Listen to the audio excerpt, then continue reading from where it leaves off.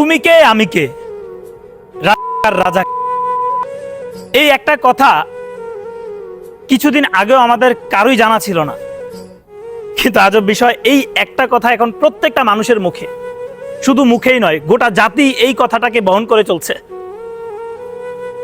যখন আমাদের দেশের শিক্ষার্থী, হাজারো শিক্ষার্থী যখন এই কোটা আন্দোলনের জন্য রাস্তায় রাজপথে নেমেছে, তখন তাদের পক্ষে কেউ ছিল না।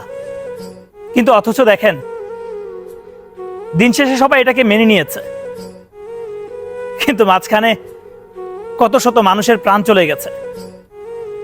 যে এখন মেনেছে, এই মানাটা কেন আগে মানলো না? আমার এই একটা প্রশ্ন, প্রত্যেকটা জাতির কাছে আমি একটা প্রশ্ন রাখতে চাই, কেউ কি এই প্রশ্নের উত্তর দিতে পারবে? এই যে শত মায়ের কোল খালি হয়েছে, কেউ কি ফিরিয়ে দিতে পারবে এই প্রাণগুলাকে? কেউ পারবে না।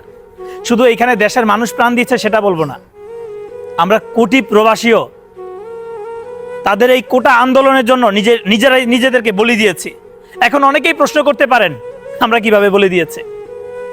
আমরা প্রবাসীরা যখন কাজের শেষে বাসায় যাই, প্রত্যেকটা প্রবাসীরই মানসিক শান্তির প্রয়োজন হয়। সেই মানসিক শান্তিটা কিন্তু এখন আমাদের মধ্যে নাই, আমরা চাইলেও পাই না। তারপরও মেনে নিয়েছি, শুধু একমাত্র ছাত্র সমাজের জন্য, কারণ তারা আমাদের দেশের আগামী দিনের ভবিষ্যৎ, তারাই তো দেশ চালাবে। কিন্তু আমাদের দেশের মানুষগুলা প্রথমত তো মানলই না, কিন্তু না মেনেও কিন্তু পারল না। লাস্টে যখন মানছে, তখন শত মানুষের প্রাণ যাওয়ার পরে মানছে। তারা কি পারবে যেই পরিবারের সন্তানগুলা জীবন দিয়েছে সেই সন্তানগুলোকে ফিরিয়ে দিতে? পারবে না, আসলে পারবে না কেউ। আমরা জাতি আসলে মূর্খ, অনেক সময় অনেক কিছু বুঝার পরেও না বুঝার ভান করে থাকি। এগুলো আমাদের দেশের মানুষের কিছু রীতিনীতি। মাঝখানে কতগুলা দিন চলে গেছে, এখন চাইলেও আমি আমার নিজের বাড়িতেও কথা বলতে পারতেছি না। আমরা কতজন প্রবাসী যে এখানে মানসিক অসুস্থ হয়ে পড়েছি, এটা এই খবরটা কে রাখে? কেউই রাখে না। অতএব আমার সব জাতির কাছে একটাই প্রশ্ন, যে দিনগুলা চলে গেছে সেই দিনগুলোকে আপনারা ফেরাই দিতে পারবেন? বা যে প্রাণগুলো চলে গেছে এই প্রাণগুলোকে প্রত্যেকটা ফ্যামিলিকে ফেরত দিতে পারবেন? না তাদের ফ্যামিলি যে এই প্রত্যেকটা প্রাণের পিছনে কত বড় বড় স্বপ্ন দেখেছিল, সেই স্বপ্নগুলো আপনারা ভেঙে দিয়েছেন, সেই স্বপ্নগুলো কি আপনারা পূরণ করতে পারবেন? পারবেন না।